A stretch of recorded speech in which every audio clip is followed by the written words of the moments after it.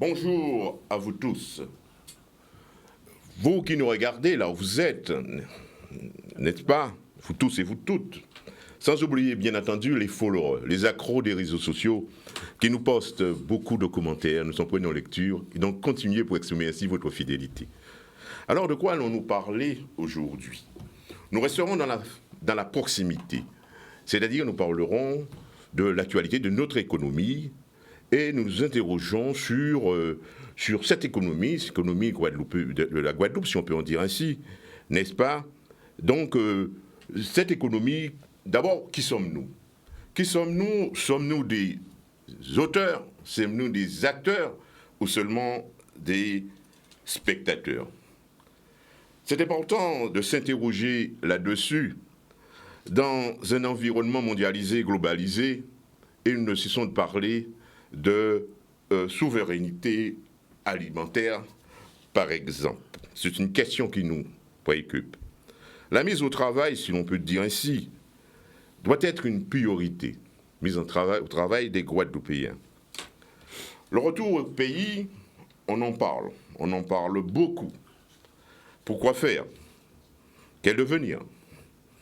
Être fonctionnaire, très éloigné de la culture du système productif. Il ne s'agit pas de critiquer, de constater, n'est-ce pas? Nous parlerons donc ainsi de l'actualité, aussi de l'actualité du Grand Port, le Grand Port maritime de Pointe-à-Pitre, de Guadeloupe. Infrastructure importante, et nous allons nous interroger sur la capacité de cette infrastructure de taille à accompagner le développement de la Guadeloupe, si on peut dire, dans ce bassin caribéen. Voilà donc, chers téléspectateurs, téléspectatrices, et à vous, chers amis, le cocktail thématique qui nous réunit ce dimanche 23 avril 2023. Alors, nous aurons aussi les préliminaires, comme d'habitude, c'est-à-dire les marqueurs de l'actualité de la semaine qui ouvrent généralement l'émission d'Éco-Club. Il s'agit donc pour moi d'abord de vous adresser, messieurs, grand bonjour à vous tous. Je signale d'abord l'arrivée avec nous, la grande surprise de notre ami Nico, ici sur le plateau. Nous sommes très contents. Et puis, n'est-ce pas? Oui, il y aura la parole, mais d'abord Raphaël. Alors, pour suivre un peu la coutume. Alors, pour suivre un peu la coutume, le circuit, on commence peut-être vers la droite et puis. Oui, bonjour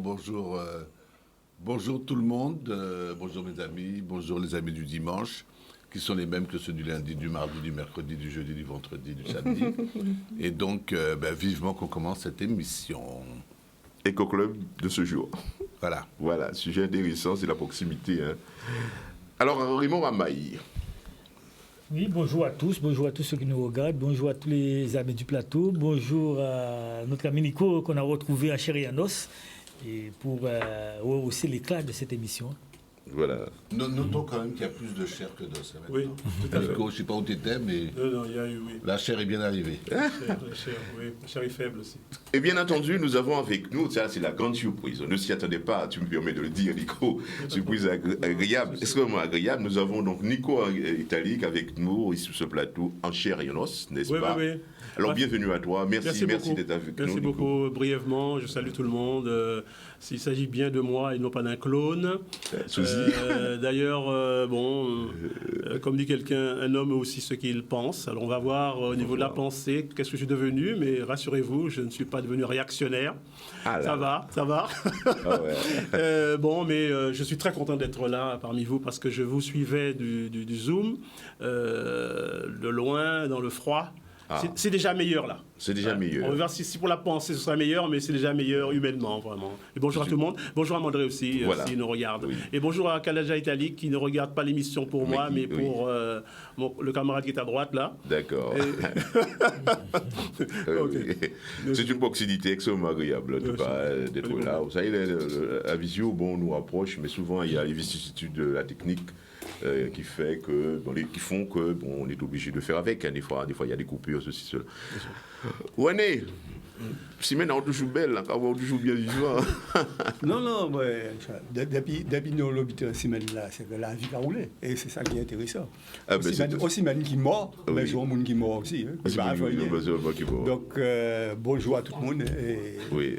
Bon débat aujourd'hui là, nous et bonjour à tout le monde qui a voulu nous. Bon, bien sûr, on s'y passe particulier vous montrer à penser un jour nous revoyons là. Il est en France actuellement. Il est en France, d'accord. Un jour nous revoyons ici, c'est là aussi parmi nous. C'est une deuxième surprise. C'est une surprise.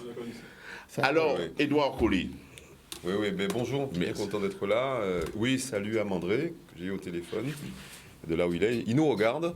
Oui. Et un salut à toutes celles et ceux qui nous saluent, qui m'arrêtent et qui nous gratifient, pas moi, mais nous tous ici, de leur témoignage de audiovisuel. Surtout d'abord une délectation pour certains. Merci beaucoup, merci. Et messieurs, je vous renvoie un peu cette ferveur-là. Donc on est regardé, on est attentif à ce que nous disons. Mais tant mieux alors. Bien sûr. Tant mieux. Bien sûr. Alors, merci donc, bonjour, donc rebonjour plutôt à tous ceux qui nous regardent, n'est-ce pas, surtout un attachement particulier aux followers, puisqu'on en a des quantités de messages, je vois qui sont postés, les messages postés sur le net, ça vous fait énormément d'intérêt. Alors, messieurs, nous allons donc, comme d'habitude, commencer par les préliminaires, ce que nous appelons les préliminaires, que ceux qui nous écoutent le sachent, ce sont les marqueurs de l'actualité. D'abord, j'ai envie de vous entendre sur ce que vous pensez du tout numérique, notamment dans la fonction publique d'État.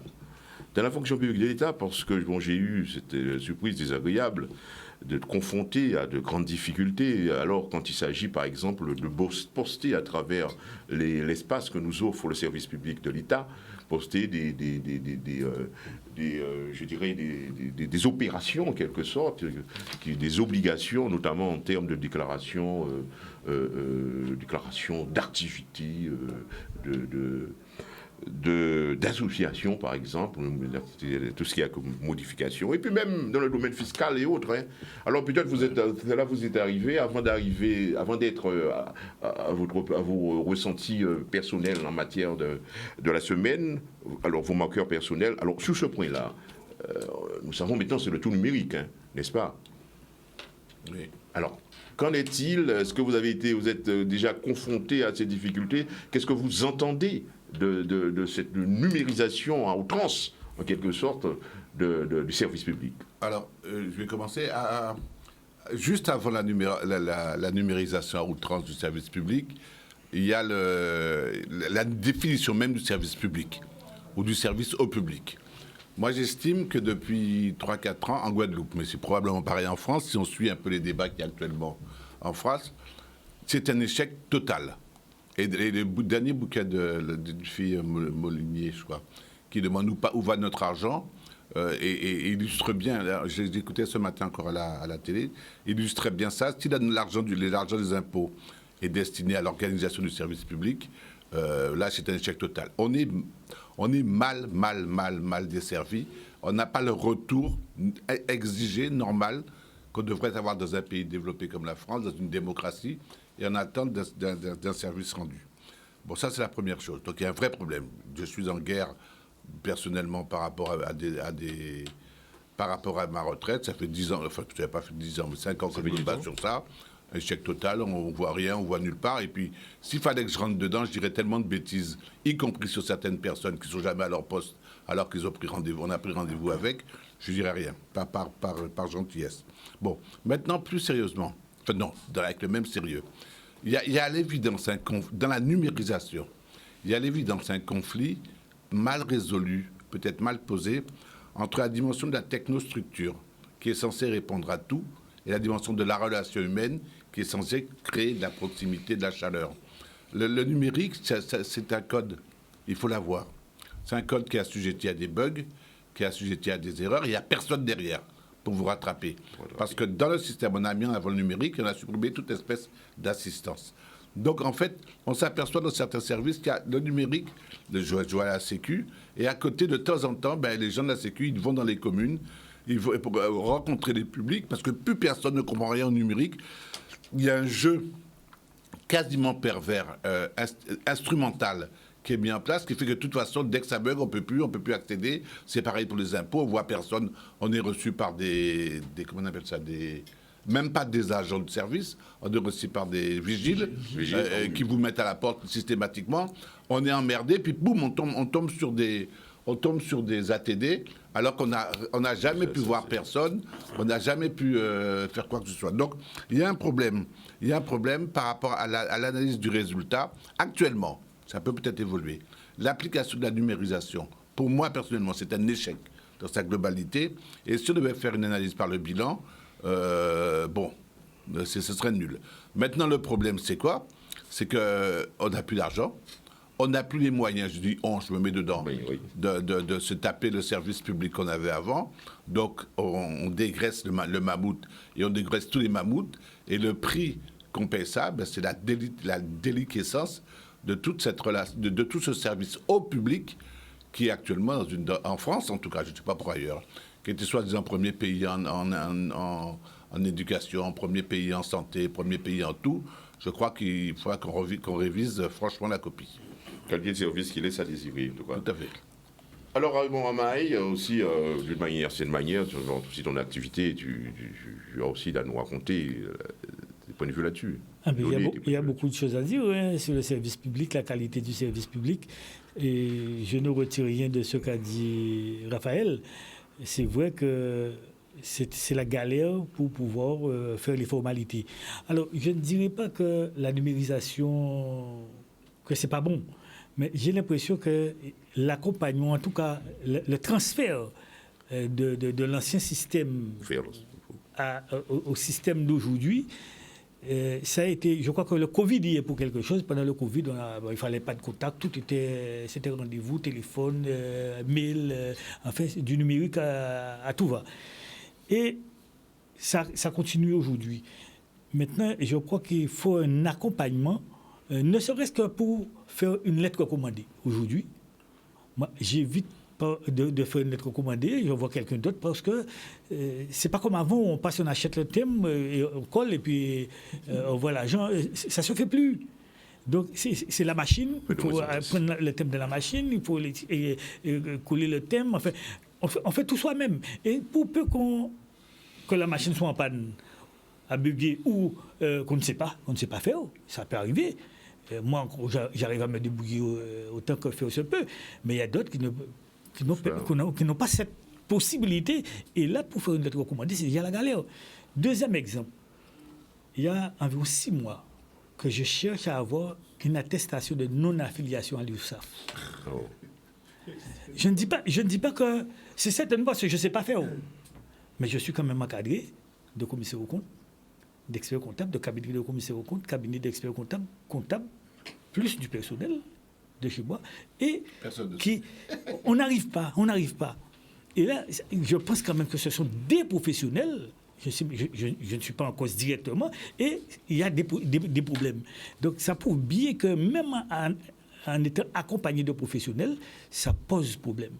Donc les services de l'État, que ce soit les impôts, que ce soit l'URSSAF, que ce soit la sécurité sociale, et on n'arrive pas à avoir un rendez-vous. C'est plus possible de prendre contact, de téléphoner pour prendre un contact, pour avoir un rendez-vous.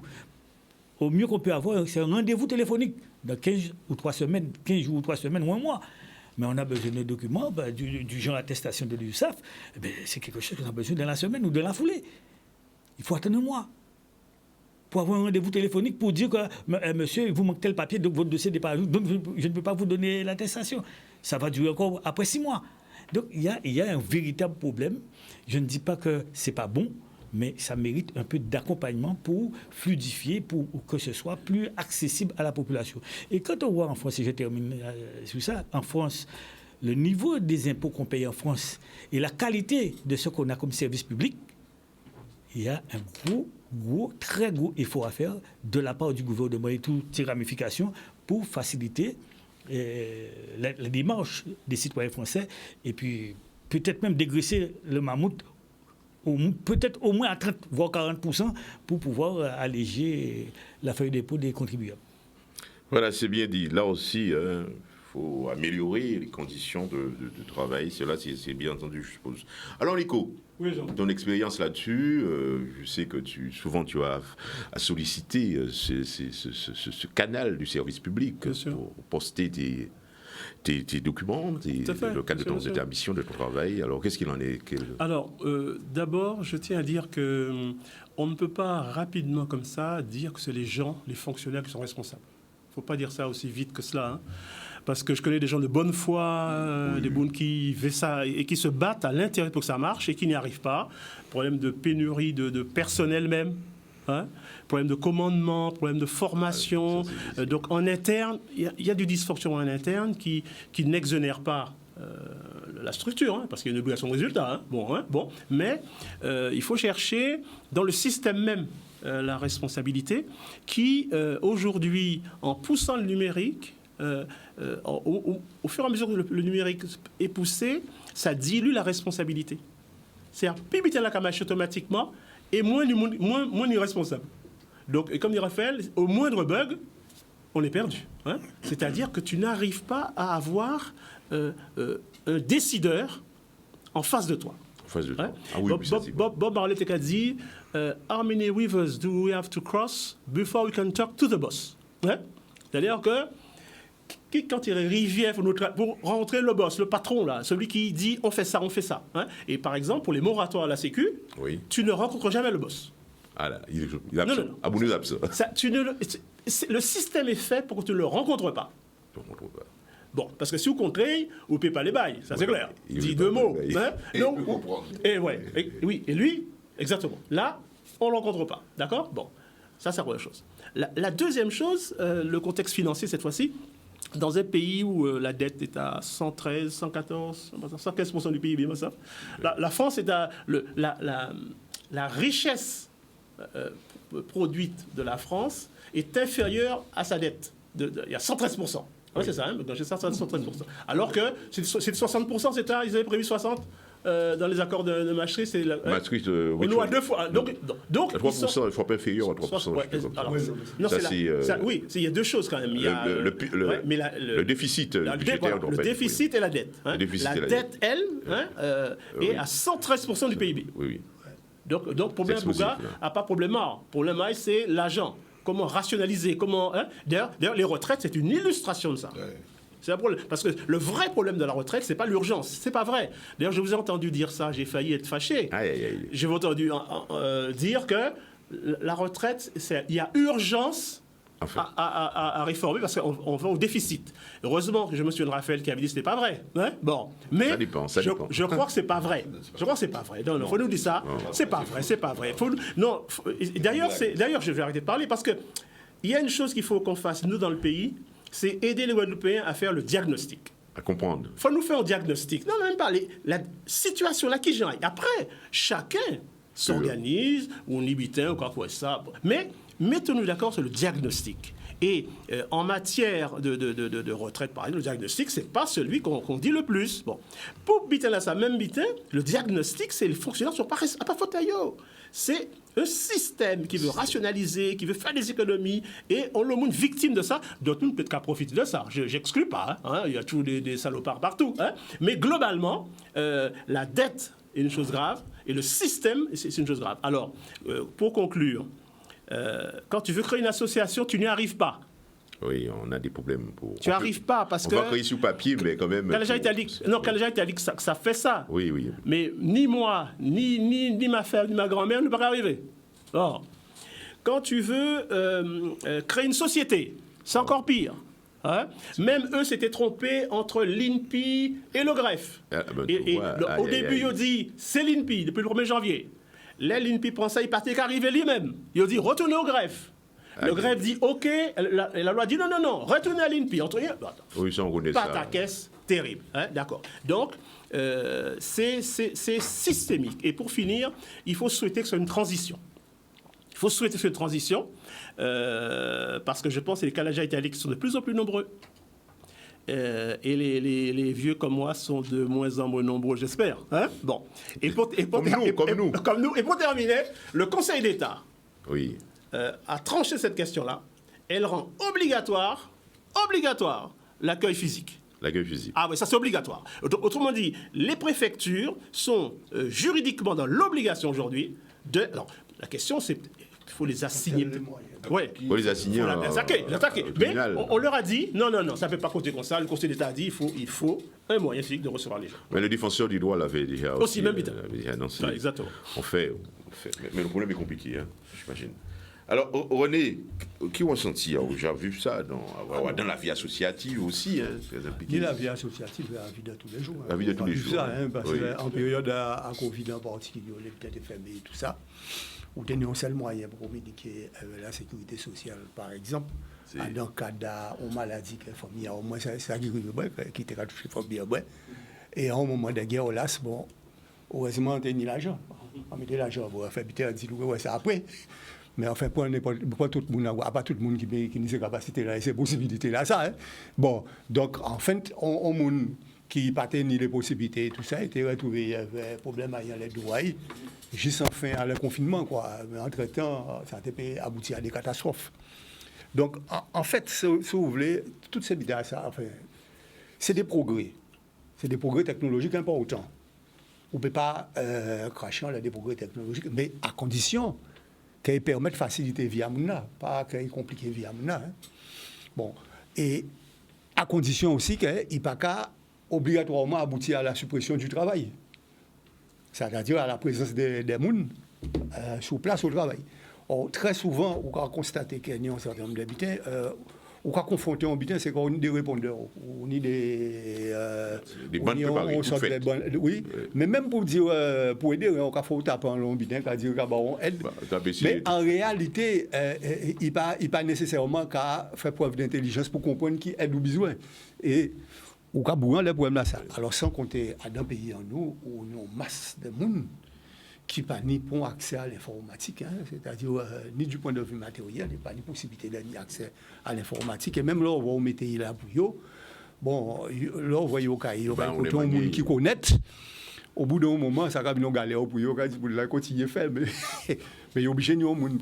Donc, en réalité, si vous voulez, il y a un véritable problème à ce niveau-là. Ça, c'est non seulement il faut une éducation, effectivement, le masse à ces gens-là à travailler à l'habitat à ça, mais ça ne peut pas exonérer le fait qu'il faut des gens pour payer en explication, on bien pour permettre d'arriver à ça. Or, justement, c'est tout le problème-là que nous avons voir. C'est pour dire oui, mais nous n'avons pas assez personnel pour nous faire travailler là ça. Oui, ben c'est à mettre les moyens pour faire travailler là ça. Oh là, l'argent pour nous va passer, bon, on va passer normalement à ça. À permettre de faciliter là l'accès aux services publics, puisque c'est important pour vivre. Quitte à ce que vous faites une pays, tu peux plus simple. Alors, mais moi, ça pose problème. Là encore, c'est pas un problème à faire mon payer plus simple. Sont d'autres types de problèmes, c'est qui j'en répartit l'argent impôt là et qui les priorités qu'on a barre. C'est ça qui est important. C'est un débat intéressant. C'est un débat fondamental là. Moi, je ne suis pas tout service public. C'est mon avis, je ne suis pas tout service public. C'est-à-dire, bon, enfin, nous ne pouvons pas parler de ça à un autre moment. Non, mais on est dedans. Édouard, alors, Édouard, ton implication professionnelle, on le sait, tu es dans la réalité de la chose, n'est-ce pas? Je ne sais pas plus le concret, dans le cadre de ton activité professionnelle, tu t'en éloignes beaucoup plus, c'est plutôt du virtuel, hein, là, c'est le numérique. Non, mais même pas, mais en tant que simple citoyen déjà. Simple citoyen. Donc, nous tous d'ailleurs, nous tous. Puis tout ce qui a été dit est excellent, puisqu'il y a une réalité.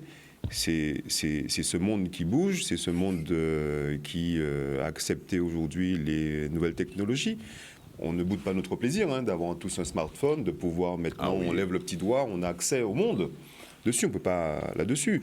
Et puis, bien évidemment, donc, les conditions d'évolution exponentielle de cette numérisation appellent qu'aujourd'hui, ce n'est plus un postulat, c'est plus une option. C'est devenu presque à la limite même une exigence, même que les services publics, l'administration puissent effectivement se conformer à ce modèle-là. Cette interface qui est aujourd'hui créée entre donc l'administration et le citoyen est de nature, à mon sens, à pouvoir un peu réorganiser la manière dont l'administré peut effectivement user, en sa qualité d'usager justement, du service public. Maintenant, Et c'est vrai que Nico a rappelé, et d'ailleurs vous tous, mes chers amis, vous avez rappelé un fait, c'est-à-dire que la dématérialisation, aujourd'hui, a enjoint l'administration à se décharner. C'est-à-dire que l'accueil physique, presque à la limite même l'administration, dans une perspective effectivement de peut-être d'intérêt, de profit, mais on ne dit pas ça comme ça en droit administratif. On va dire effectivement, donc on va privilégier, je dirais, plus le service avec un un rendement plus important avec moins de personnes. On va chercher l'efficience. Et donc, au nom de cette efficience, justement, donc on a oublié, et c'est ce que tu disais, René, que le citoyen, justement, donc beaucoup d'entre nous sont dans une situation de fracture numérique. On a du mal, et Nicolas a rappelé, on a du mal à pouvoir accéder justement au tout numérique. Il y a encore des personnes qui ne savent pas utiliser un ordinateur. Facture numérique. Et il y a encore des personnes qui ont du mal à aller sur un ordinateur, donc effectivement, de saisir un service public. D'ailleurs, la Cour des comptes, dans un rapport, indiquait bien que la modernisation de l'État par rapport effectivement à ce tout numérique, ne met pas le citoyen en situation justement de donner à l'État les coups des franches pour justement être dans une latitude beaucoup plus moderne. Et d'ailleurs, les usagers, et la Cour des comptes le reconnaît, boudent certains services publics numériques alors que l'offre est présente. Cela montre bien que on a encore besoin, justement, des accueils physiques, qui sont ceux-là même pour lesquels, et c'est vrai, ça a été dit, ça a été illustré, qui sont ceux-là même lorsque l'ordinateur, c'est un robot. Oui. C'est un robot qui est en face de vous. C'est une interface, c'est un robot. Lorsque l'ordinateur, lui, va vous dire, voilà, ça, si vous ne répondez pas aux critères négatifs, l'humain, lui, va prendre en compte d'autres. Et c'est ça qu'il ne faut pas oublier dans le service public.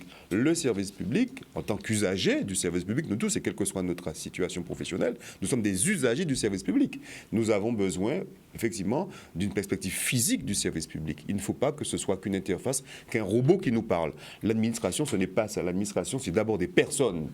Parce qu'on gère l'intérêt général. Et l'intérêt général n'est pas un algorithme. Même si c'est vrai, pour avoir une fiche de paye, enfin sa fiche d'impôt, on peut aller sur Internet, on peut faire une télédéclaration, c'est peut-être plus rapide. Et puis c'est vrai, dans toute l'écologie maintenant, l'environnement, donc moins de papier, je veux bien, mais dans des situations de difficulté, dans des situations de contrainte, nous sommes obligés de nous déplacer. Et là, la situation est tout autre, puisque souvent, donc la gestion du service public, elle est soviétique par moment. On se retrouve avec des administrations qui sont aphasiques, qui sont atones, personne ne répond. Hein? C'est juste une petite blague. Oui. Pour prendre rendez-vous en préfecture, il faut aller sur une plateforme. Une plateforme. Voilà. Donc, qui tu es, tu remplis, tu donnes ton téléphone, on te rappelle, la plage horaire apparaît, tu cliques dedans. Bon, bref, personne n'y arrivait. Qu'est-ce qui s'est passé? Un rusé, hacker guadeloupéen, est allé le lundi soir, quand le préfet a libéré la plage horaire, il a un petit logiciel, il prend toutes les places, il a stocké la pape en pochaille. Et qu'est-ce qu'il fait? Il revend les places. Oui. Il revend les places. Hein? Et lui, il cavale pas ça directement, direct. Bon, à midi au PAI, à 13h au PAI, mercredi c'est disponible, jeudi ça bon. Hein? OK? Bon, donc ça veut dire que souvent, hein, il y a des ruses de l'esprit aussi. C'est-à-dire que face à l'incapacité du système à répondre à la proximité, ça laisse l'espace à tout le monde. En beau, quelqu'un rentre là-bas, et dans le jeu, il règle le problème. Oui, ce qui montre bien que le tout numérique a ce souci effectivement de sécurisation et d'insécurité. Oui. Alors que l'État appelle la sécurité à travers nos échanges numériques, il y a effectivement ce phénomène d'insécurité. L'accès à nos données peuvent être facilités par beaucoup de... Et volés, oui. Je dis quand même au procureur préfet qui nous regarde jour et nuit. Oui, ils nous regardent. Que Nico Italique n'a pas invité les hackers à détruire le système. Ah bien, ça c'est important. J'avais pas compris. Écoutez, il nous regarde, c'est la pub. Non, c'est important, c'est qu'il a dit, il nous regarde jour et nuit. Il nous regarde jour et nuit. Nous sommes de retour et nous poursuivons sur nos préliminaires, à savoir le tout numérique dans la fonction publique. Alors, il y a un dire là-dessus. Alors oui, alors au-delà des faits empiriques, qui nous saturent et qui nous mettent tous au bord de la dépression institutionnelle. Il y a un enjeu, alors surtout en France, je n'ai pas utilisé ça ailleurs, qui est capital. Ça rejoint, Nico en parlera, j'en suis sûr, le mythe de Prométhée. Ça veut dire la toute-puissance magique du désir et du progrès. Et le statut du progrès par rapport à l'humain. dans le numérique, alors je parle de la philosophie française, hein, bon, je sais pas, et dans le numérique, le rapport à l'humain, c'est un rapport de substitution. Ça veut dire que le numérique n'est pas placé en complémentarité avec la compétence de travail de l'humain, mais il est placé en substitution. Il est chargé de remplacer l'humain. Et donc, c'est dramatique. Là, ça pose problème. Et avec l'intelligence artificielle demain, on va voir que ça va être encore pire. Ouais. Et donc, dans ce rapport de substitution, il est entretenu. Ça ne peut pas marcher pour deux raisons. Le numérique est binaire. C'est des bits. L'humain est complexe. Il est comme on dirait maintenant, multipolaire, multisystémique. Donc, il y a une part de complexité que le numérique qui travaille en fil, en filière, hein, en causalité linéaire, alors que l'humain travaille en réseau de complexité. Hein. D'autre part, il y a le fait que le numérique travaille sur des niveaux d'abstraction de plus en plus compliqués, mais qui sont des niveaux d'abstraction. Alors que l'humain travaille non pas sur des niveaux d'abstraction, mais sur des synergies et des coémergences. Donc il y a quelque part, au niveau épistémophilique, quelque chose qui est radicalement impossible. Le numérique ne remplacera jamais l'humain, ne serait-ce que pour appuyer sur le bouton pour le mettre en marche. Oui, et là, maintenant, dans les phases de tâtonnement, où toute la charge négative est portée par le client, par le citoyen, parce que lui est bon. Et de l'autre côté, il y a des gens pleins de bonne volonté, hein, mais qui sont mis en situation d'échec parce qu'eux-mêmes n'arrivent pas la rationalisation qu'il faut pour comprendre le numérique n'est pas celle qui s'applique à l'humain. Ça, c'est une vérité. Il y a dit encore. Et puis, juste pour répondre au bonheur que Raphaël me donne de parler de Prométhée, 30 secondes. Dans le mythe de Prométhée, c'est le feu technologique qui est volé aux dieux. L'homme vole le feu technologique et il vit. Hein, il crée, il invente et tout ça. Mais Platon te dit, quand ils ont volé le feu, ils ont oublié, ou ils n'ont pas eu le temps, c'est des gangsters qui étaient en week-end certainement rapide, ils n'ont pas volé le sens politique. Mi problème là. C'est-à-dire que l'humanité, les Occidentaux, on peut dire ça sans fâcher personne, ils sont devenus extrêmement forts dans la mise en œuvre du feu de la technologie. Et ils ont pris un risque grave, c'est celui de la conscience. Hein, et science sans conscience n'est que ruine de l'homme et de l'âme. Disait Rabelais. Oui, disait Rabelais. Ils ont oublié leur classique. Oui. Exactement. Ouais. Alors, sur ce point-là, toujours, quelque chose à dire là-dessus? Non, c'est bon. Alors, j'en termine là-dessus pour vous dire tout simplement, hein, je pense que c'est important pour nous de le savoir quand même. Vous savez qu'on faut regarder, quand on parlait par exemple de Pointe-à-Pitre, prenons le cas de Pointe-à-Pitre, vous allez voir, il y a un commerçant là où tu as acheté souliers là. Quoi, au paquet de monde, il y a des artisans cordonniers qui s'y installent autour. Il y a aussi d'autres commerçants qui vendent des chaussures qui s'y installent. Ça, c'est la réalité. Quand on va dans un site internet, vous allez chercher ou, par exemple, poster des documents dans le cas de changement, modification de statut de l'association. Vous y entrez, vous allez dans votre navigateur, vous mettez votre truc, pas. Vous arrivez sur la page. Qu'est-ce que vous trouvez? Vous trouvez des sites qui sont bien référencés, où il faut payer, et qui sont devant même le service public de l'État. Et celui qui ne connaît pas, qu'est-ce qu'il fait? Il dit, oh, bébé, bien là-haut. Le mec commence à taper quoi? Il dit, oui, mais il faut payer. Présentez compte là. Donc, il faut faire très attention à dire ça aux téléspectateurs. Le service public des sites, c'est gratuit. Mais le problème qui se passe, c'est que nous avons des sortes de filous. Le référencement, c'est ça. Hein? Si vous êtes bien référencé, vous passez avant. Donc, ils sont, quand vous tapez, vous arrivez sur la page. Oui, mais quoi taper? Oui, bien là. Mais il faut payer, il faut enlever la carte. Alors, il ne faut pas se laisser faire là. Il faut, dans ce cas-là, il faut. Parce qu'il y a beaucoup de personnes qui sont oui. Quand je dis ça, on voit même le site de l'État est encadré de la même manière que dans la rue de Pointe-à-Pitre, on voit des commerçants. Eh bien, moi, je dis tout simplement, pourquoi des jeunes, je le dis, il y a des espaces pour créer des entreprises, parce que moi, je ne suis pas tout public, hein, je ne suis pas tout gratuit. Hein. On peut bien imaginer autour de Pointe-à-Pitre, autour de la préfecture, eh bien, des jeunes avec leur service, même leur petite voiture, là, qui manipulent bien l'ordinateur et qui ont cette latitude pour gérer ce type de dossier. Vous allez à la préfecture, on va vous dire, non, mais vous n'arrivez pas, eh bien, allez à côté, vous allez payer 30 €. Il y a ceux qui vont payer. Ouais. Et les entreprises sont blanchies. C'est ma conception. Ça existe. Hein. Non, ça n'existe pas ici. Ça n'existe pas ici, mais ça existe dans l'Internet. Parce que quand vous allez sur Internet, il y a des... Oui, ça existe. Il y a des personnes qui accompagnent les personnes en situation justement de fracture, qui ont de la fracture numérique, pour les aider. Par contre, il y a une chose qu'il faut que tu précises. Le service public, il est gratuit, c'est son principe de gratuité. Mais il y a des services pour lesquels, effectivement, il y a un paiement qui est justement, par exemple, pour pouvoir acheter non seulement un timbre justement spécifique. Oui, ça c'est... Voilà, attention, il faut bien préciser les deux choses. L'accès au service public est gratuit, mais il y a des interfaces, effectivement, qui donnent l'ouverture pour pouvoir payer un certain nombre d'autres services qui sont nécessaires. Ce sur quoi je veux dire. Ce que dit Edouard, il y a l'évolution maintenant du poste de secrétaire public, enfin les conciergeries, qui sont maintenant en train, dans certains domaines, de servir justement d'interface numérique. Et les collectivités, à travers leur CECAS, justement, offrent justement des moments. Et puis il y a France Service aussi qui est là pour pouvoir aider. C'est un service très intéressant, c'est un sujet intéressant. France Service, les CECAS, oui. Mais il y a des fois que vous arrivez, vous avez des problèmes qui nécessitent des pluricompétences, des polycompétences, là où dans les CECAS, ou même dans le service, la voiture, France Service public, vous n'avez pas cette polycompétence. Vous allez trouver des individus qui savent, des personnes qui sont des contractuels qu'on a mis, qui savent être devant pour faire de l'automate. Ils savent taper des choses. Mais il arrive qu'il y ait des problèmes qui dépassent ce niveau, n'est-ce pas?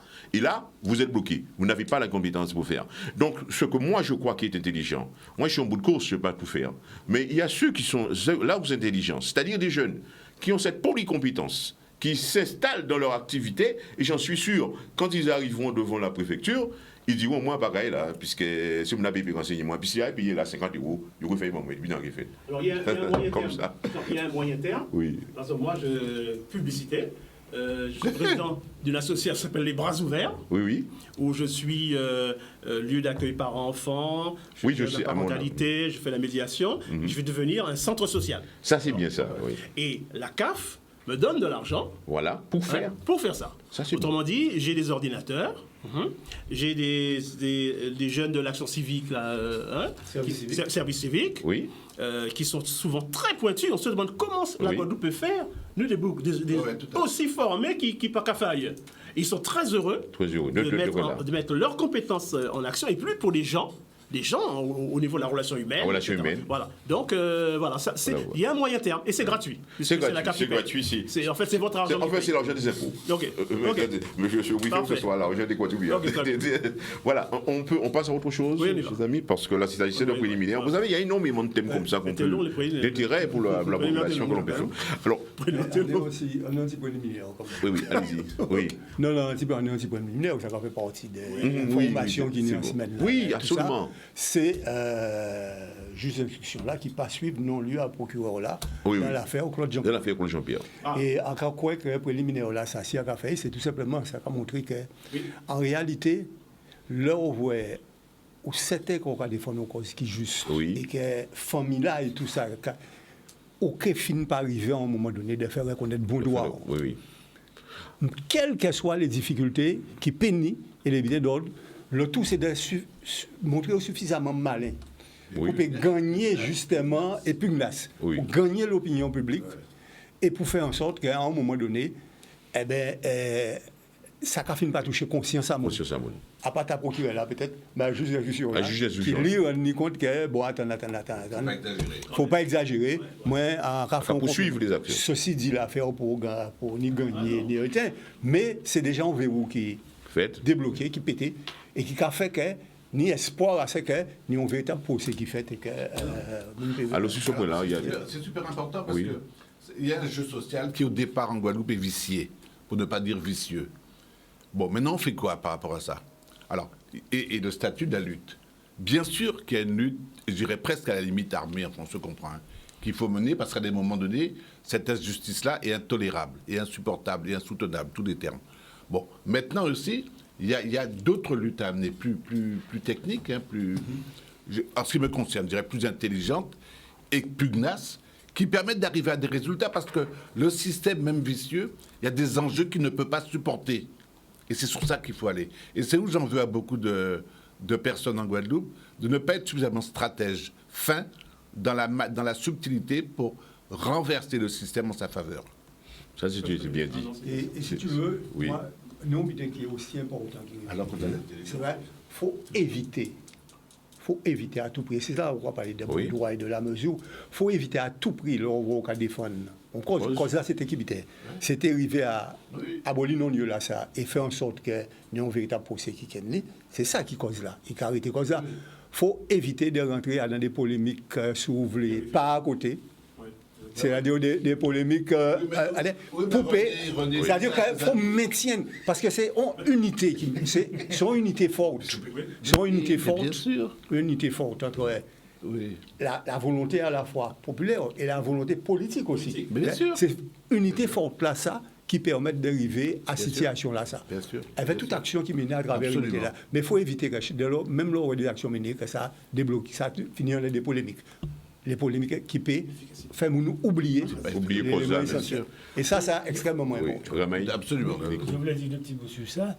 Il n'y a rien d'extraordinaire là-dedans, c'est un coup normal. Bon, c'est vrai que s'il y avait l'idée, les manifestations qui ont été menées par la famille ont certainement joué en faveur de cette initiative, mais le procureur a pris une décision.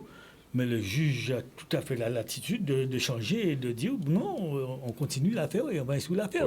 Et ça avait été dit lorsqu'on avait traité ce problème-là ici même. Il n'a pas dit il envisage ce qu'on j'ai lu. Voilà. Donc mais c'est quand même décalé. Dès dit envisager, c'est décalé. Ça ne donne aucun signe sur la finalité de l'affaire. Mais maintenant, c'est une bonne chose que le juge a pris cette initiative qui est tout à fait dans les règles du fonctionnement des services de l'État. Mais c'est quand même très important que l'État, par la parole de son procureur, dise qu'il faut classer et qu'un juge se dresse du siège, non, on ne classe pas. Ça, c'est au grand vite. Parce que c'est pas... c'est mort. Quand le compte, c'est un appel devant la chambre d'accusation. Donc, mais c'est une belle chose. La séparation des pouvoirs. Oui, et ça veut dire aussi que les rapports de force intelligents sont utiles. Absolument. Ne dis pas l'État. Tu as dit l'État. Le procureur, en fait. Le ministre de la Justice, peut-être. Tu as dit l'État. Il a dit l'État. J'ai eu peur. Ah non, c'est pas ça. D'accord. Il y a eu une confusion. Non, le ministère public. Le ministère public. Représenté ici par... Le ministère public. Quoi qu'il en soit, juste une chose à ce sujet. Bon, parce que c'est quand même... Pour moi, c'est exceptionnel ce qui s'est passé. C'est exceptionnel. Je ne dirais pas que c'est normal qu'il y ait de nouveaux actes de procédure engagés justement par le magistrat instructeur. Je ne dis pas ça. Mais je dis que quand même, c'est vrai, une unité, quand même, parce que nous sommes dans un état de droit, je n'apprends rien à personne, qui plus est codifié. Donc la séparation des pouvoirs, et notamment donc, le pouvoir judiciaire, n'aime pas les contraintes, n'aime pas travailler sous la pression.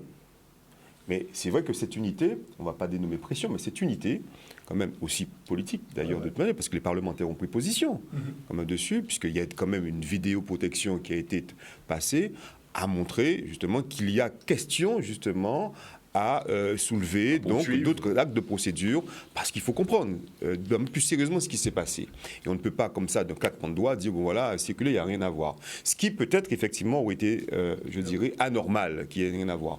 Moi ce que je dis de toute manière, c'est qu'il y a une nouvelle lecture qui est faite dans cette actualité-là, et c'est vrai que cette unité, malheureusement, si elle n'avait pas été justement en ordre, n'aurait pas permis effectivement de pouvoir donner justement donc au ministère public à revoir, ou en tout cas au juge d'instructeur, à mettre de nouveaux actes de procès dessus. Et c'est vrai, tu as raison, Raymond, tu as raison, que cela n'augure pas forcément des choses plus que positives que nous le souhaiterions, c'est-à-dire un procès, vrai procès, avec effectivement des éléments graves et concordants à la manifestation. Le contradictoire, pour le moment, ce sera à l'époque du procès, là-dessus, mais en attendant un procès.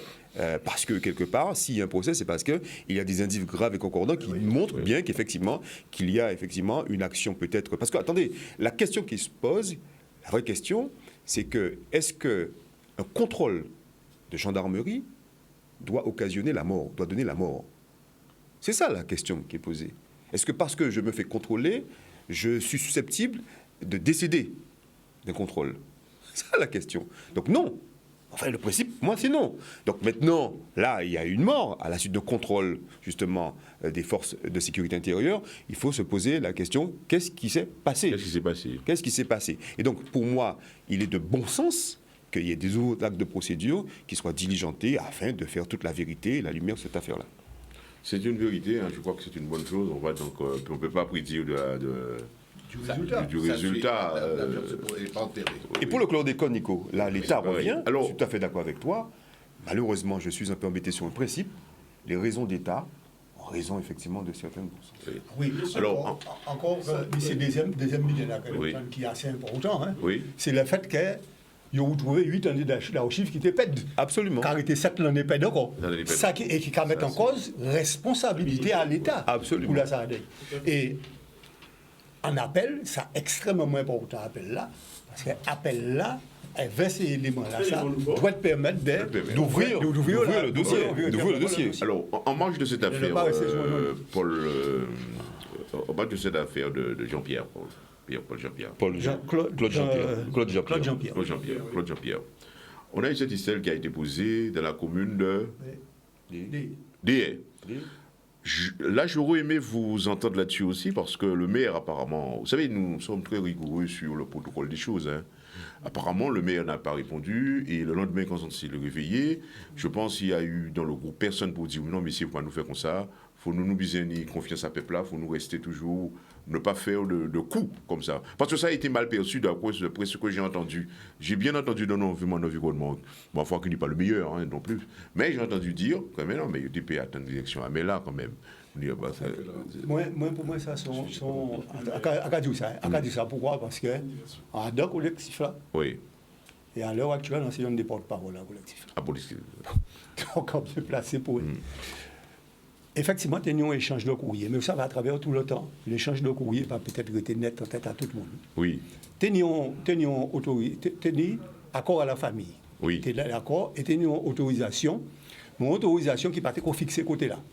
Certainement. Puisque là, on voit nous contre les chefs de cabinet là, nous pas tenir des travaux et pas tenir possibilité fixer exactement premier lieu là. Donc, il faut chercher un lieu. C'est vrai que Posa Abidena fait l'objet d'un lettre. Oui.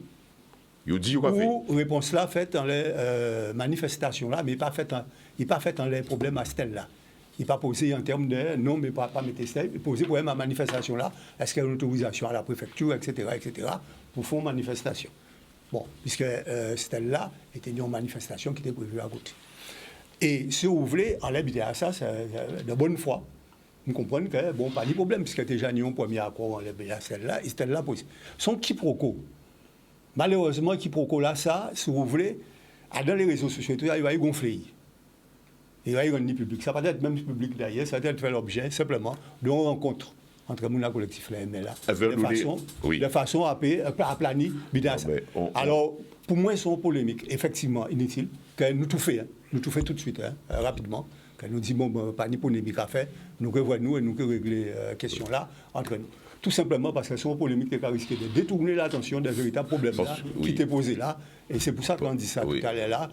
Donc, si vous voulez, polémique là, ça a entraîné des pour et des contre, mais il ne faut pas nous entrer dans ça. On nous pas fait polémique à l'habitat inutile. Nous que voyons, nous que entendons, puisque tout le monde là d'accord, aussi bien mais là, puisque contre-signé, on appelle de l'association des maires, qui a dit qu'il faut tenir un procès au parti périté en non-lieu, qui comité là, et en cas quoi que c'est un incident de parcours qui doit servir de leçon pour la prochaine fois.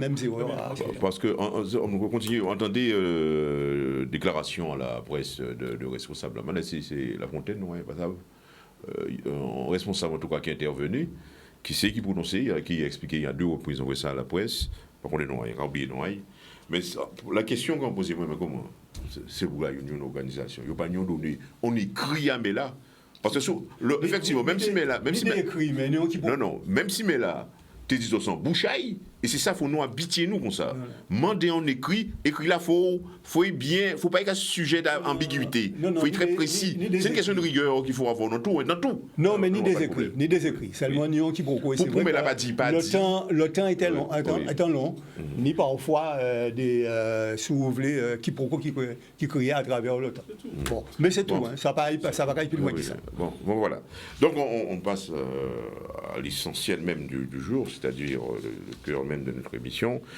Nous allons parler de notre économie. Vous savez, quand on regarde la réalité même des différents secteurs, que ce soit secteur primaire, secondaire et autres, on voit tertiaire jusqu'à tertiaire, on voit la situation de notre pays, nous constatons effectivement que il y a des turbulences, les choses ne sont pas toujours roses, si on peut dire.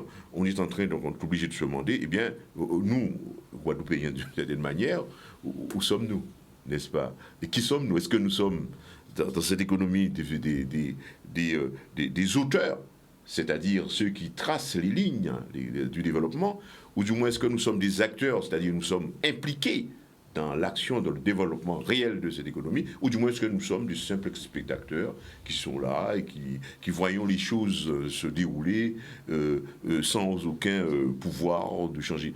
Et aussi, comment faire pour changer les choses, si tel était le cas. Alors, je ne sais pas, mais on va commencer là-dessus, de cette manière-là. Qu'est-ce qu'il y a à entendre là-dessus sur cette économie-là, nous, Guadeloupéens?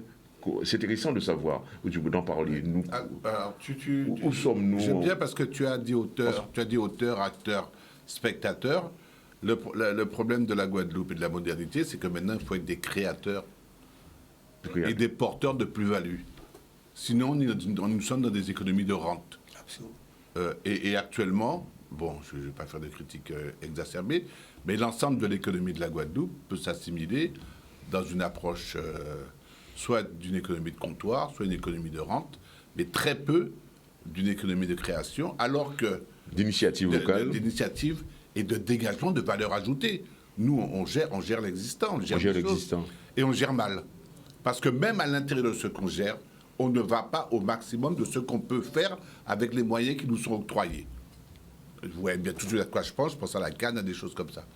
Donc il y a un vrai problème dans la mise au travail, il y a un autre problème dans la remise au travail, et il y a quelque chose qui bloque dans notre capacité à créer de la richesse, peut-être notre problème à l'argent, peut-être un certain problème avec le passé, l'esclavage, machin comme ça, ou la notion de se vendre ou pas se vendre.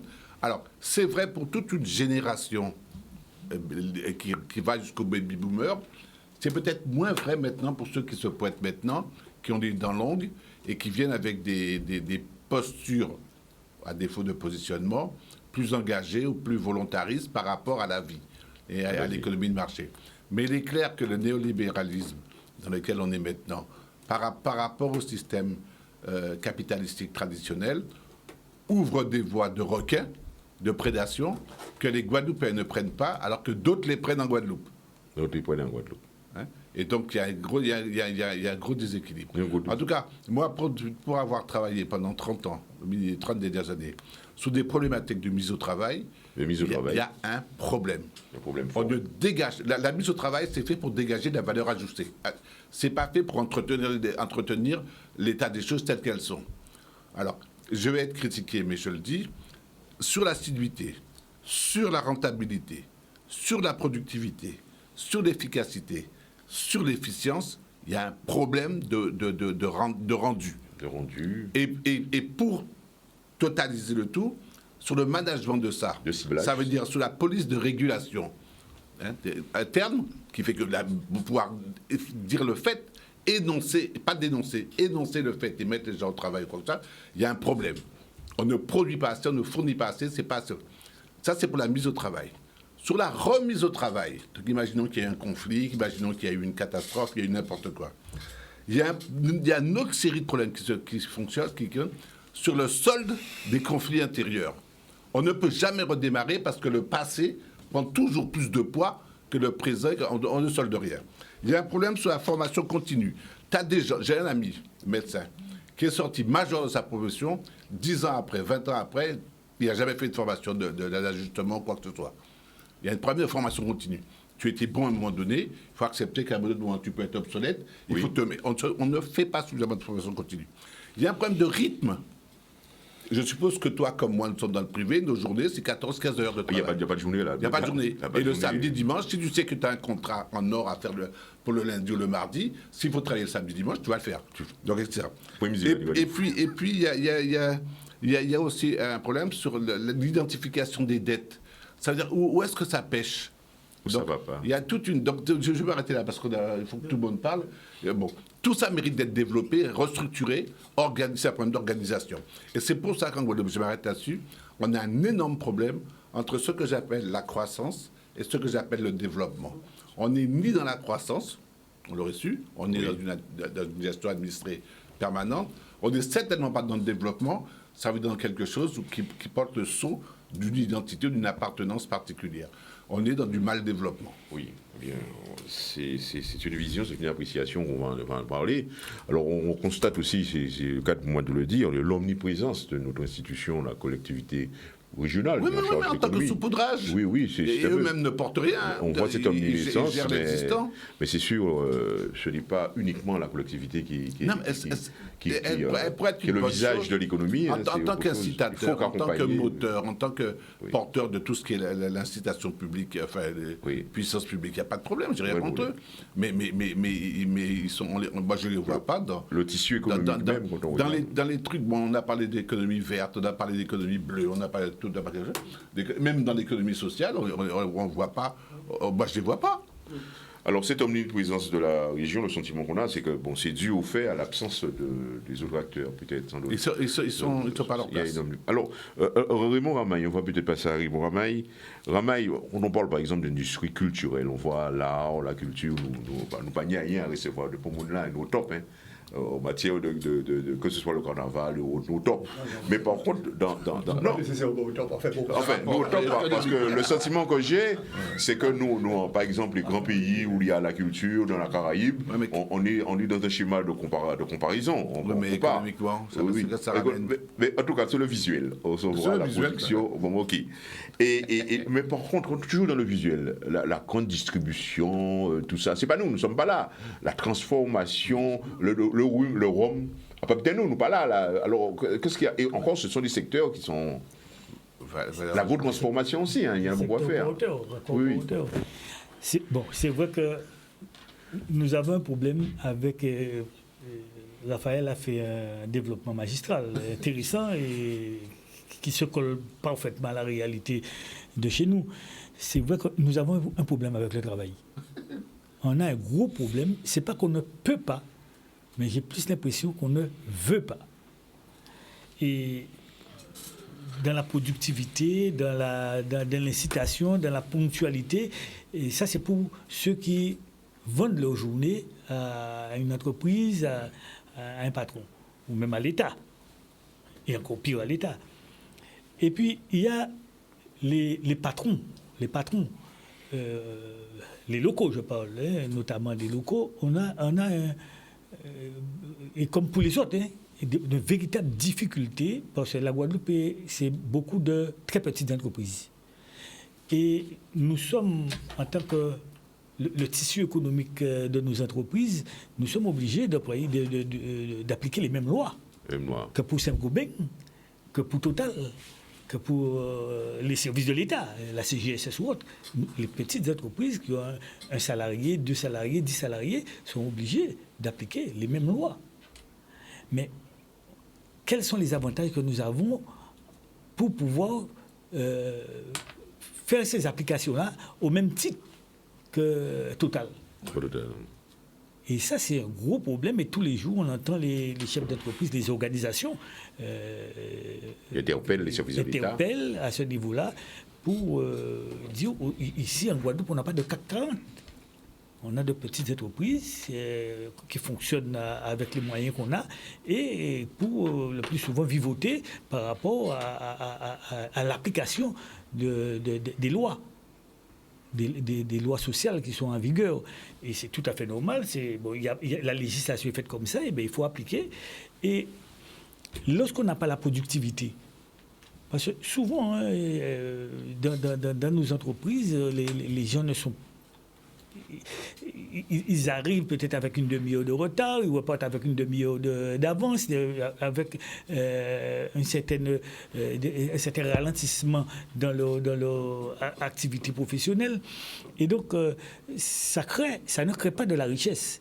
Et c'est une perte sèche pour nos entreprises, mises bout à bout, on voit bien que ça pose des problèmes. Et on a ces difficultés-là à surmonter.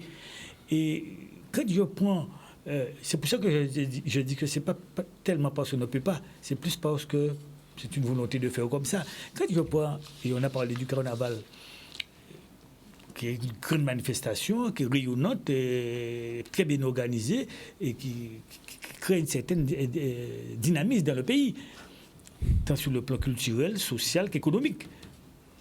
La débauche d'efforts qu'on fait pour assurer le carnaval, le plus souvent avec un temps de travail pour faire les travestis grandioses, très imaginatifs qu'on a, ce temps de travail qui est sans limite, cette ferveur qu'on retrouve dans les manifestations carnavalesques, c'est que j'aurais aimé que l'on puisse mettre à disposition même 10% de cette énergie-là dans le travail collectif du pays pour arriver à avoir une meilleure productivité dans le pays. Et qui dit productivité dit création d'emplois, création de richesses. Donc on ira plus souvent au restaurant, on va acheter plus d'essence, on ira plus souvent au cinéma. Mais voilà, c'est l'argent emmène l'argent. Moi, je ne suis pas de ceux qui disent que parce qu'une société a gagné beaucoup d'argent, comme Total, tant mieux. Mais ça aurait été que pour toutes les autres entreprises, qu'on puisse gagner chacun à son échelle, d'être aussi rentable. Donc le personnel est content, le chef d'entreprise est content, les autres sociétés qui gravitent autour de cette société-là, parce que ce sont des sociétés qui font des sociétés vives. Et ça crée une dynamique dans le pays. Et c'est sûr qu'on n'arrive pas à mettre cette dynamique-là en marche en Guadeloupe, et qui fait qu'on a cette potentialité, on peut le faire, mais il faudrait vraiment qu'on se décide à le faire. Maintenant, la région donne un certain nombre d'impulsions, c'est vrai, mais comme disait une dame de Marie-Galante, les politiques n'ont pas fait le job. Il ne faut pas se voiler la face. Je ne parle pas des politiques d'aujourd'hui, mais depuis tantôt, les politiques n'ont pas fait le job. Ils ont assuré, par exemple, les manifestations de tous les jours, l'événementiel. Oui. Mais sur le plan de développement économique, la créativité, quand on prend le problème de l'eau, ça n'a pas marché. Ils sont pas quand on prend le problème et je termine dessus sur les évacuations, comment on appelle, l'assainissement. C'est encore un problème plus énorme que l'eau potable. Et qui est politique. Ils sont pas modèles. Et qui est politique. Ils sont pas modèles. Nos politiques, de tantôt, peut-être ceux d'aujourd'hui aussi, j'espère qu'ils vont prendre conscience, ils n'ont pas fait le job. Ils n'ont pas fait le job. On va poursuivre avec Nico. Nico, alors, ces analyses, bien entendu, quelle est ta réaction là-dessus? Bien, alors, je commencerai par dire, il paraît qu'un jour, Jesse Jackson était devant les élèves de Harvard Business School. Oui, grande maison alors. Voilà. Et il dit, selon vous, vous êtes les sommités de la pensée économique, quel est le système économique le plus performant? Bon. Il parlait, il dit ça, tel a dit c'est le libéralisme mélangé avec un tel, c'est l'État machin, l'État patron, l'État gendarme, laissez faire, laissez passer. Il dit non, pas du tout. Je vous dis que le système économique le plus efficient, c'est l'esclavage. C'est l'esclavage. Bon. Et il dit, oui, effectivement, c'est l'esclavage. Mais on ne pouvait pas le poser comme tel. Hein? Bon. Alors, quand on parle de ce principe un peu violent, que l'esclavage, c'est peut-être le système le plus efficace. Exactement. On ne paie rien à personne, on est prédateurs, on partage les profits pour soi-même, entre nous, et puis, bon, on donne rapidement à manger pour nous la force de travail, point final, et c'est réglé, c'est réglé. On part de là, quand même. La question, si on part de là, et que maintenant on sait que c'est un crime contre l'humanité, vers où pouvons-nous aller? Alors, le capitaliste, il te dit, moi, je ne suis pas pour l'esclavage, je suis pour le ruissellement. Oui. Voilà. Je te dis, voilà, n'aie pas peur. Il y aura beaucoup de richesses produites si tu arrives à l'heure, si tu travailles, comme chez les Japonais, si le dimanche tu viens nettoyer l'usine, pour que le lundi tu démarres d'équerre, bon, si tu ne fais pas grève, etc. Mais ce que tu vas gagner va ruisseler sur toi. Bon. On s'aperçoit que ça n'a pas qu'à ruisseler en trop. S'il n'y a pas des rapports de force établis, ça ne ruisselle pas du tout. Bon. Et quand on me dit que c'est banal que Total puisse distribuer plus de profits que de salaires, moi, je suis interpellé par ça. Bon. Et quand on me dit que des grosses entreprises comme celle-là n'ont aucune responsabilité sociale sérieuse, que les monopoles ici, par exemple, alors c'est Max Dubois qui dit ça. Max Dubois, il est intéressant, Max Dubois intéressant. Parce que c'est un blanc, un blanc de France, même s'il a bon goût, puisqu'il est posé une Guadeloupéenne. Hein? Bon. Max Dubois, c'est qu'à dire, il n'est pas contre les grands groupes. Mais il a dit, Jean-François Clarenco, Jean-François, vu l'argent qu'ils ont gagné pendant le Covid, est-ce qu'on ne peut pas leur dire qu'en tant qu'entreprise responsable sur un petit territoire, il faut un geste pour les fondations, pour les formations. Il faut préciser qui était Mac. C'est conseiller outre-mer. Oui, il a été renvoyé là. Il a été renvoyé. On ne dit pas renvoyé. Il a été remercié. Il a été remercié. Oui. Pas agréable, il a été remercié. Bernard Ayotte a montré sa force. Oui. Parce que c'est un type extrêmement fort. Que moi, je respecte beaucoup ce type qui est fort. Il a mis Max Dubois dehors en 15 minutes. Ça, c'est un champion du monde du licenciement. En 15 minutes, c'était réglé. Avec une lettre circulaire de tout le lobby de la banane. C'est propre, c'est clair, c'est propre. On n'est pas là pour discuter. Quand on tue, on raconte pas sa vie. C'est pour ça que ce type-là m'intéresse beaucoup. Je progresse, hein. Je progresse. Ce type m'intéresse beaucoup. Bon, par contre, c'est vrai que j'estime, et bon, on n'est pas là pour faire une conférence, j'estime que quand on veut livrer bataille contre quelqu'un de plus fort, contre le système, il ne faut pas, à mon avis, si on y en gespom, on ne peut pas attaquer en boucle et en fusil. Quand même. C'est ce qui s'est passé. Ah, voilà. Sauf si l'esprit... Sauf si l'esprit... est avec toi, comme dit Hegel. Bon. Donc, ça veut dire que, pour résumer, dire ce que j'ai envie de dire aujourd'hui, j'ai envie de dire, d'abord, à nos hommes politiques, à ceux qui gèrent la politique économique, que l'une de mes lectures préférées, après le Coran et la Bible, c'est Sun Tzu, l'art de la guerre. L'art de la guerre. Il faut que les enfants lisent ce livre-là. S'ils vont au catéchisme, moi, j'ai acheté ça aussi. Comment mener la guerre. L'art de la guerre. Sun Tzu dit 2 ou 3 choses rapides. Bon. Il dit d'abord, si tu n'as pas d'objectif, tu n'as aucune chance de les atteindre. Pour le moment, c'est ça. Pas d'objectif. Bon. Et deuxièmement, il dit, l'art supérieur de la guerre, c'est de l'emporter sans livrer bataille. Bon. Et il te dit, et j'en ai fini, et là, pour montrer la ruse, il te dit, si nous à 10 contre Yon, à nos combats, encercle l'ennemi. Si nous à 10 contre encercle. Il te dit, si nous à 5 contre Yon, tu peux attaquer. Ça va te coûter un peu, mais tu vas gagner. Mais tu dis, si tu as 2 contre 1, là, il va bataille. Fuis. Tu as 2 contre 1, ou à 2 contre Yon, tu fuis. Parce qu'il faut diviser l'ennemi. Et là, il est divisé en cercueil. Donc, ça veut dire qu'il faut créer en Guadeloupe l'université populaire de la ruse. De la ruse. Voilà. On est dans l'univers de la ruse. Je suis venu avec cette idée. Il faut réhabiliter la ruse. Raphaël a dit une chose. Raphaël a dit une chose. Calculer, faites avant compter. Raphaël a dit une chose un jour ici. Je ne sais pas s'il s'en souvient. Il a dit il faut des plans d'action. Nous besoin des plans d'action. Et il faut que mes camarades, qui sont les spécialistes de l'interprétation du monde, comprennent que là, nous avons besoin, non pas d'interpréter le monde, mais de le transformer. Comme disait un barbu en 1845, Marx contre Feuillot, 1845, voilà. Donc je vais arrêter là. Enfin, c'est l'idée que je voulais mettre. Il s'agit là de sujets intéressants. Nous ne sommes pas dans la dénonciation, mais l'énonciation. Je crois qu'il faudrait qu'on revienne là-dessus, sans doute, la prochaine fois, parce que c'est un sujet intéressant. Alors, René, quelle vision de tout ça? Non, bien qui est certain, c'est que nous avons une société qui est caractérisée, si on va parler de l'économie et tout ça, par ça nous créons une société de consommation au détriment d'une société de production. Et qui a véritablement, si vous voulez, qu'a développé, mais sans véritablement créer richesse et créer plus-value et tout ça. Un peu de richesse quand même. Il y a un peu de richesse. Oui, mais très. Ça accompagne de dérives. Par contre, il y a des dérives. Par contre. C'est la richesse quand même. C'est la richesse quand même. Oui, mais par contre. Parce que nous avons vécu. Oui, non. Attends, non, mais à part richesse là qui. Pas tuer nous.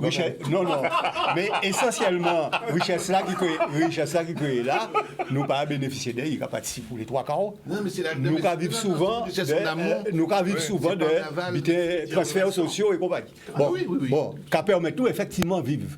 Mais si vous voulez, nous ni en apparence de société qui a développé ça, sans véritablement que nous créions plus-value et richesse pour faire qu'il y ait l'état là ça. Ni actuellement, en très forte résilience à Guadeloupéen, en particulier, ont volonté de commencer à produire à partir des propres réalités en nous, production endogène. Alors, ni différents bitins qui ont manifesté, hein, petit pour bébé, etc. Mais ni, etc. Tout un bitin au niveau de la transformation, etc., qui a développé. Comment que nous, ni aussi en partie industrielle d'ailleurs. Et en partie qui dit, en ce qui concerne les technologies même pour produire d'ailleurs, nous était bien, ça était bien intéressant que nous ni en partie industrielle qu'a développé la partie technologique en particulier, si vous voulez, à partir d'inventeurs, etc., et mettre en place un certain nombre d'habitants. Mais pourquoi nous pas arriver à ça? Attends. Le problème là, c'est que nous, ou t'es qu'à dire un habitant qui veut, à l'habitat saupoudrage là d'ailleurs, c'est que en fait, saupoudrage là, ça correspond à l'habitat en gestion du quotidien sans véritable projection et sans véritable prospective, c'est-à-dire sans qu'on fixe des objectifs. Si bien qu'on condamné à la gestion quotidienne pour saupoudrage, parce qu'on n'a pas fixé d'objectif, ou pas de projection, ou pas de un certain nombre d'habitants. Et c'est ça qui nie à l'heure actuelle, alors que parallèlement, on a une volonté de commencer à produire et qu'il y a un certain nombre d'habitants. Je ne comprends qu'il faut créer propre emploi, il ne faut pas y attendre, etc. C'est un combat hein, pour permettre qu'ils obtiennent, mais il faut y gommer pour s'habiter à ça et tout s'habiter à ça. Donc, si vous voulez, en termes de débat, pas ni longtemps, où il y a qui sont administrés, qui ont géré en particulier les fermetures d'entreprises, c'est Alain Miwat. Et Alain a dit qu'il y a des caractéristiques à cette entreprise en nous là, que nous n'est pas. C'est qu'il n'y a pas ni pour réserve financière. Et il n'y a pas ni pour réserve financière alors que les grosses sociétés n'ont ils ont toujours ni en difficulté, mais ils ont une réserve financière qui permet de rebondir, etc. Alors qu'ils n'ont pas ni pour réserve. Et ils n'ont pas ni pour côté qui peut permettre de constituer une réserve financière. Après les banques et tout ça qu'il faut y compter, ils peuvent obtenir une réserve financière là. Ça. Et pas étonné aucun problème à moratoire, toujours de manière, etc. Ça qui veut dire qu'en réalité, on est en tissu entrepreneurial et tout ces bidons, qui est extrêmement fragile. Et mais qui est puissant, parce qu'il se crée. Oui, d'accord, mais qui est en perpétuel déséquilibre. Oui, tout simplement parce qu'il n'y a pas les moyens de développer. Il n'y a pas ni les moyens. Il n'y a pas qu'à arriver à un accès à les moyens de... On lui donnera pas les moyens. Mais en savent qu'il n'y a pas ce système-là. On l'interdit. Non, mais en savent qu'il n'y a pas ce système-là qui permet d'y adapter. Mais peut-être que c'est des objectifs qu'il faut nous fixer, nous. Politiquement parlant. Oui, politiquement parlant, mais économiquement parlant, etc. Commencez à construire ça. Oui, commencez à construire ces outils-là, ça. Parce que quand nous voulons être capables de diriger notre pays. Des bonnes propres orientations, des bonnes propres capacités de développement. Mais il faut nous commencer par créer.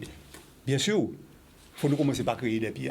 Pourquoi? Parce qu'il faut nous créer un gouvernement là, ça, qui va permettre au peuple là, ça, de vrai qu'il y ait des objectifs nouveaux et qu'il n'est pas condamné à arrêter en bas simplement, subir.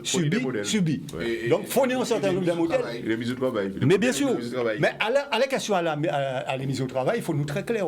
Nous revenons les il faut nous venir en veille. Moi, on ne peut pas reprocher aux sociétés, si vous voulez, en cas de ça, Gambonnet, on ne peut pas reprocher aux sociétés de faire bénéfice. Mais ça, on peut reprocher, c'est de ne pas savoir partie bénéfice là, ça.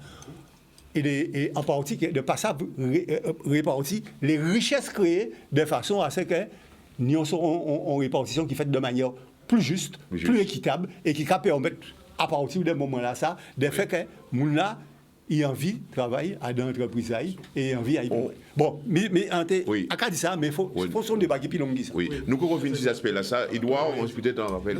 Edouard. Oui, juste rapidement. Non, mais c'est ce qui a été dit. On revient sur cet aspect-là. Intéressant. Bon, je ne vais pas refaire l'inventaire à l'après-vert. Tout le monde a indiqué effectivement qu'il y a un vrai souci, une économie donc coloniale, une économie donc marché de comptoir, donc un peu extravertie et artificielle. C'est un peu ce qui se passe ici en Guadeloupe.